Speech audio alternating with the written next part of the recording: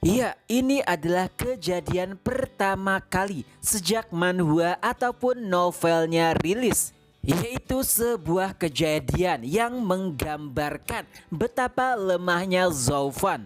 Ia terlihat tak berdaya, tubuhnya bahkan menjadi sangat kurus, rambutnya pun memutih. Gairah hidupnya bahkan terlihat benar-benar telah menghilang. Kejadian ini terjadi tepat setelah selesainya debat esotrik. Seluruh keluarga Luo pun kembali ke kediaman mereka. Di sini, Zoufan pun mengurung dirinya di dalam ruangan. Ia bahkan memerintahkan Li Jingtian agar tidak seorang pun mengganggunya. Dan tentu saja kejadian setelahnya membuat semua orang khawatir. Apa yang dilakukan Zoufan setiap hari hanyalah berteriak. Hal tersebut ia lakukan berulang-ulang. Seluruh keluarga Luo terlihat sangat khawatir, tapi mereka tidak diperbolehkan masuk karena Li Jingtian benar-benar mematuhi perkataan Zoufan.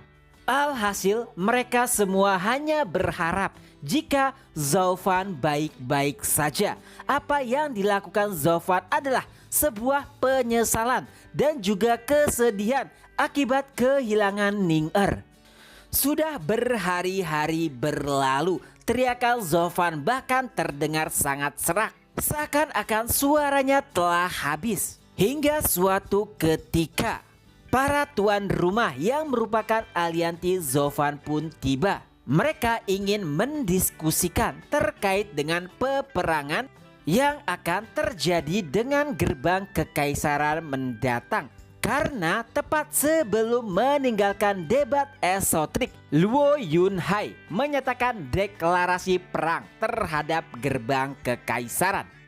Tapi sayang, para perwakilan dari tuan rumah tidak bisa menemui Zoufan karena Zoufan masih mengurung dirinya dan tidak ada satu orang pun yang diperbolehkan untuk masuk dan menemuinya. Alhasil mereka hanya bisa berbicara dengan Luo Yunchang.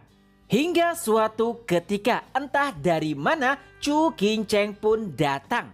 Ia pun berusaha keras untuk memasuki ruangan Zoufan, tapi tentu saja Li Jingtian menghentikannya. Bahkan Li Jingtian tidak akan ragu untuk menghajar Chu Qingcheng jika ia berani masuk paksa ke ruangan Zoufan. Hingga pada akhirnya Zoufan pun membuka suaranya. Ia pun berkata, "Penatua Li, biarkan mereka masuk."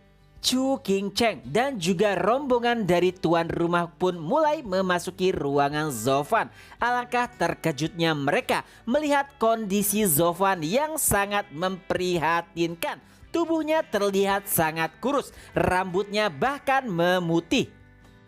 Tidak ada tanda-tanda kehidupan dari matanya. Zoufan pun berkata, "Jika kalian ingin mendiskusikan terkait dengan peperangan, maka silakan diskusikan dengan Luo Yunhai." Di sini Zoufan sama sekali tidak memiliki gairah untuk hidup.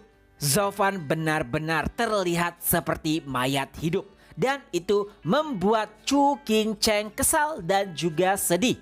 Dan dengan kekesalan itu juga Chu Qingcheng pun menarik Zoufan. Ia membawanya ke suatu tempat. Dan di dalam suatu ruangan, di sanalah ternyata berbaring mayat Ning-Er. Zoufan terlihat sangat terkejut karena tubuh Ning-Er berbaring di sana. Ia nampak seperti sedang tertidur. Lalu Chu Qingcheng pun mengeluarkan pusaka bintang ataupun tingkat 9. Sebuah pusaka yang bisa mempertahankan jiwa. Dari sinilah gairah hidup Zoufan seperti kembali. Ia pun berkata, dengan pusaka tersebut Ning-Er bisa diselamatkan. Dan hanya butuh beberapa ramuan saja Ning-Er bisa kembali hidup. Zoufan terlihat benar-benar senang dan itu membuat hati Chu Qingcheng tenang. Dan ia juga berkata kepada Zofan untuk memperhatikan hidupnya karena Ning-er bisa diselamatkan. Zofan juga sempat bertanya di mana Chu Qingcheng mendapatkan pusaka tersebut, dan Chu Qingcheng hanya menjelaskan jika itu merupakan pusaka yang dimiliki oleh Huayu Building, walaupun nampaknya itu merupakan benda yang ia dapatkan dari sebuah perjanjian dengan salah satu sekte. Ini kalau tidak salah ya. Dan setelah berterima kasih dengan Chu Qingcheng, Zofan pun langsung keluar ruangan. Ia terlihat sangat berbahagia. Satu-satunya yang ia pikirkan adalah bagaimana menemukan ramuan tingkat 9 untuk bisa menyembuhkan Ning-er. Dan disitulah terdengar suara seseorang. Jika kau ingin menyelamatkannya, datanglah 50 mil ke arah selatan. Zofan terlihat sangat kaget. Dengan kemampuannya saat ini, ia bahkan bisa merasakan kehadiran dari ranah visi dewa. Tapi suara tersebut ia tidak tahu dari mana sumbernya. Dan walaupun tidak terlalu yakin, Zofan pun langsung berlari ke arah tujuan yang disebutkan. Itu adalah sebuah hutan yang sepi. Zofan memandang sekeliling, tapi ia tidak melihat siapapun. Hingga akhirnya terlihatlah sebuah bayangan. Dari bayangan tersebut, Zofan pun merasakan jika sosok di hadapannya merupakan ahli ranah virtual ataupun eternal. Sebuah tingkat kultivasi di atas ranah visi dewa. Bahkan dibandingkan dengan Li Jingtian yang berada di ranah puncak visi dewa, ia hanya terlihat seperti semut dibandingkan dengan ahli di ranah eternal. Dan saat sosok tersebut menampakkan dirinya, ia pun memperkenalkan jika ia bernama Xie Wuye yang merupakan pimpinan dari sekte Demonic Scheme. Zofan masih bertanya-tanya kenapa pimpinan sekte yang merupakan salah satu sekte pelindung mendatanginya secara langsung. Disinilah Xie Wuye menjelaskan jika dirinya tertarik dengan Zofan dan meminta dirinya bergabung dengan sekte. Awalnya Xie Wuye tertarik dengan Huangpu Qiantian, tapi karena ia dikalahkan, ia jadi lebih tertarik dengan Zofan, seorang jenius nomor 1 di Tianyu Empire. Walaupun pada awalnya Zofan tidak terlihat tertarik, tapi dengan sebuah kesepakatan, semua rencana pun berjalan sesuai keinginan Xie Wuye. Ia memberikan waktu kepada Zofan selama 3 tahun untuk menyelesaikan segala permasalahannya di dalam keluarga Luo. Dan setelahnya ia akan dijemput untuk bergabung dengan sekte Demonic Scheme. Xie Wuye juga memberikan pil tingkat 9, yaitu pil pengembali jiwa. Salah satu pil yang dibutuhkan oleh Zofan untuk bisa menyelamatkan Ning-er. Dan setelah Xie Wuye meninggalkan Zofan, Zofan pun berlari layaknya orang gila. Ia terlihat sangat bahagia karena dengan bantuan pil tersebut dan juga pusaka milik Chu Qingcheng, maka Ning-er bisa diselamatkan. Dan dengan cepatnya ia pun menuju kamar Ning-er. Di lain sisi, Chu Qingcheng terlihat sangat terkejut dengan tingkah laku Zofan. Dan setelah mendengar sedikit penjelasan Zofan, ia pun tahu bahwa Zofan telah menemukan cara untuk menyelamatkan Ning-er. Dan tanpa basa-basi, pil tersebut pun langsung diberikan kepada tubuh Ning-er. Mereka menunggu bagaimana reaksinya. Zofan juga memerintahkan Chu Qingcheng untuk mengabari keluarganya. Dan beberapa saat kemudian keluarga Ning-er pun tiba. Begitu juga dengan Xie Tianyang, orang yang sangat tergila-gila dengan Ning-er. Tapi terjadi suatu hal yang tak terduga. Kakek Ning-er pun meminta untuk berbicara dengan Zofan. Dan mereka pun berpindah tempat. Dan setelahnya kakek Ning-er pun mulai memohon dan menangis. Ia berharap jika Ning-er nanti sadar, mereka harus memutuskan hubungan. Dengan tangisan yang terseduh-seduh, kakek Ning Er pun menjelaskan Zofan memang memiliki ambisi yang besar, tapi keluarga mereka hanyalah keluarga kecil. Dan itu bisa berakibat buruk terhadap ambisi Zofan. Walaupun mereka senang dengan apa yang telah dilakukan oleh Zofan untuk Ning Er, tapi mereka juga khawatir hal tersebut akan terjadi lagi di masa depan.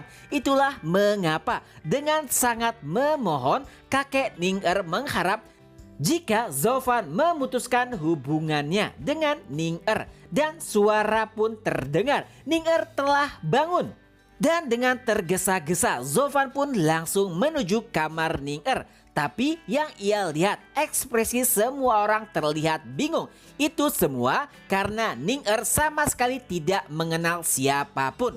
Walau demikian Zofan pun menjelaskan jika keadaan tersebut normal. Dan mungkin nantinya ingatan Ning Er akan kembali perlahan-lahan. Disinilah semua orang mulai memperkenalkan dirinya masing-masing. Mulai dari ayahnya, kakaknya, kakeknya, dan juga bahkan Xie Tianyang. Dan setelah semua orang memperkenalkan dirinya, Ning Er pun bertanya kepada Zofan, "Kau siapa?" Zofan pun menjelaskan, "Aku adalah orang jahat." Mendengar kata-kata tersebut membuat Ning Er takut. Zofan kembali berkata, "Ya, aku adalah orang jahat. Aku bahkan bisa memakanmu. Oleh sebabnya kau tidak boleh dekat-dekat denganku."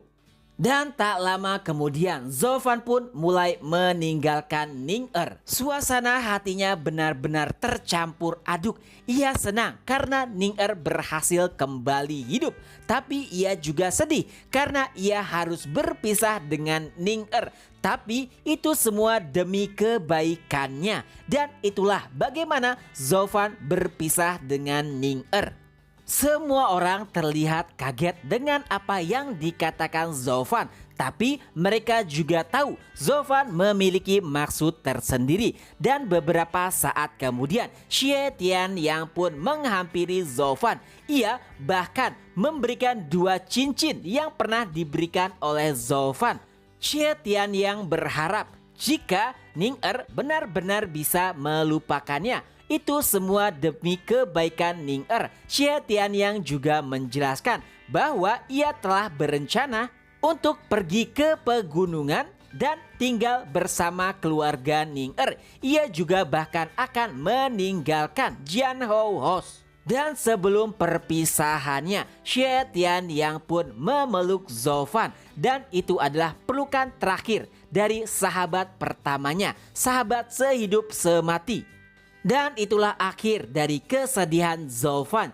Juga hari perpisahannya dengan Ning Er. Dengan itu pula awal pertempuran dengan gerbang kekaisaran pun dimulai. Nah, itu saja dulu untuk video kali ini. Jika ada kesalahan bisa dikoreksi. Ketemu lagi di video-video selanjutnya. Bye-bye.